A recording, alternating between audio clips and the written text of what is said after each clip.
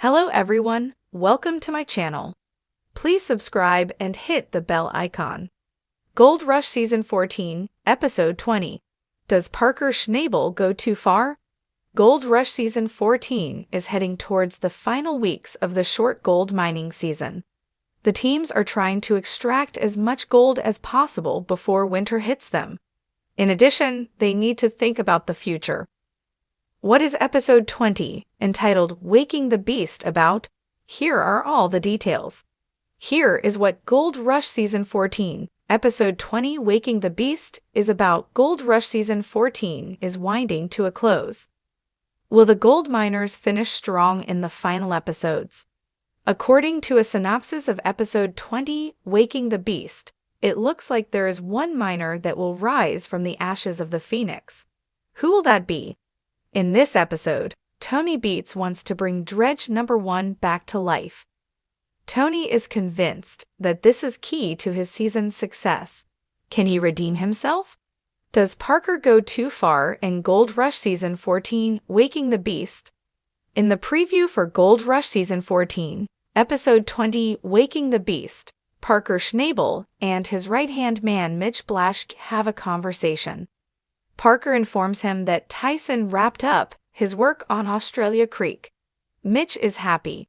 They have a lot of sluicing to do before the season ends. They have been stretched thin. There is never enough help or equipment to get it done. However, Parker's news may not meet Mitch's expectations. Schnabel tells him that they need to start stripping ground. He then explained why. If they strip now, they will be ready for mining next season. Otherwise, they will arrive in the spring, and the ground will be too hard to strip. Then he calmly reminded Mitch it would cost hundreds of thousands of dollars to remedy this. Parker knows he is asking the world of Mitch, but they both know this is how they must get it done. Mitch agrees that his future self will be happy if they focus on the stripping, but now his present self wonders how they will get all the work done. Where is Rick Ness?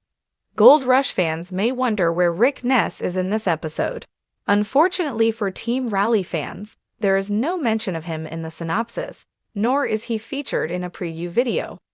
Instead, Waking the Beast will include the McCommon family. They will be looking for a new honey hole to stake their claim.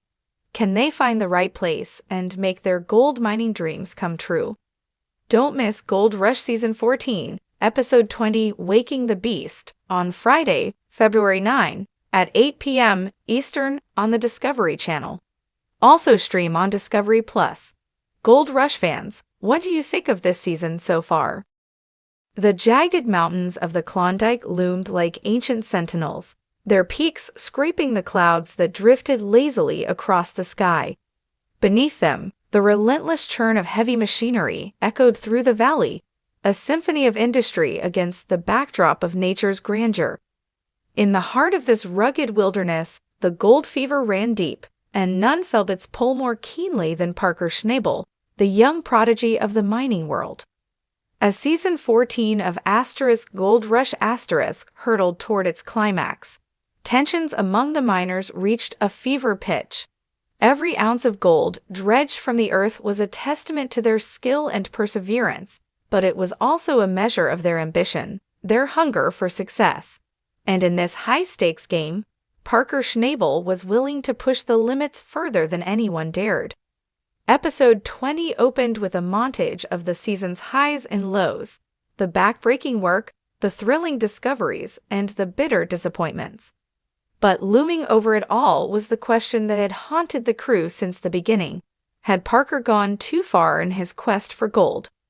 The camera cut to Parker, his face etched with determination as he surveyed the sprawling mine site. He had taken over the reins from his legendary mentor, Tony Beats, and the weight of responsibility sat heavy on his shoulders. But Parker was not one to shrink from a challenge. With steely resolve, he rallied his team for one final push. But as the days stretched into weeks, the strain began to show. Machinery broke down, supplies ran low, and tempers flared in the unforgiving heat of the Yukon summer. Parker's leadership was put to the test as he juggled the competing demands of production targets and the well-being of his crew. In a tense confrontation with his foreman, Parker's relentless drive came under scrutiny. "You're pushing us too hard, Parker," the foreman argued, his voice tinged with frustration. "We can't keep up this pace indefinitely. Something's gotta give." But Parker remained unmoved, his gaze fixed on the glittering promise of the next pay streak.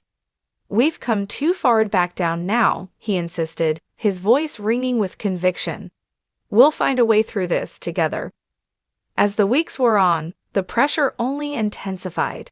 Equipment failures mounted, and the specter of financial ruin loomed ever closer. Parker's resolve wavered, his sleepless nights haunted by doubts and fears. But still he pressed on, driven by a hunger that bordered on obsession. Then, just when it seemed that all hope was lost, a breakthrough, a rich vein of pay dirt that promised to turn their fortunes around. The crew rallied around Parker, their spirits buoyed by the prospect of success. But even as they celebrated their triumph, a shadow loomed on the horizon. The environmental impact of their mining operation could no longer be ignored. The once pristine wilderness had been scarred by their relentless pursuit of gold, and the local community was up in arms. Parker found himself caught between the demands of profit and the need to protect the land that had sustained them. In a heart-wrenching moment, Parker made the decision to shut down the operation temporarily, despite the financial cost. "We can't keep plundering the earth without thought for the consequences," he declared, his voice tinged with regret.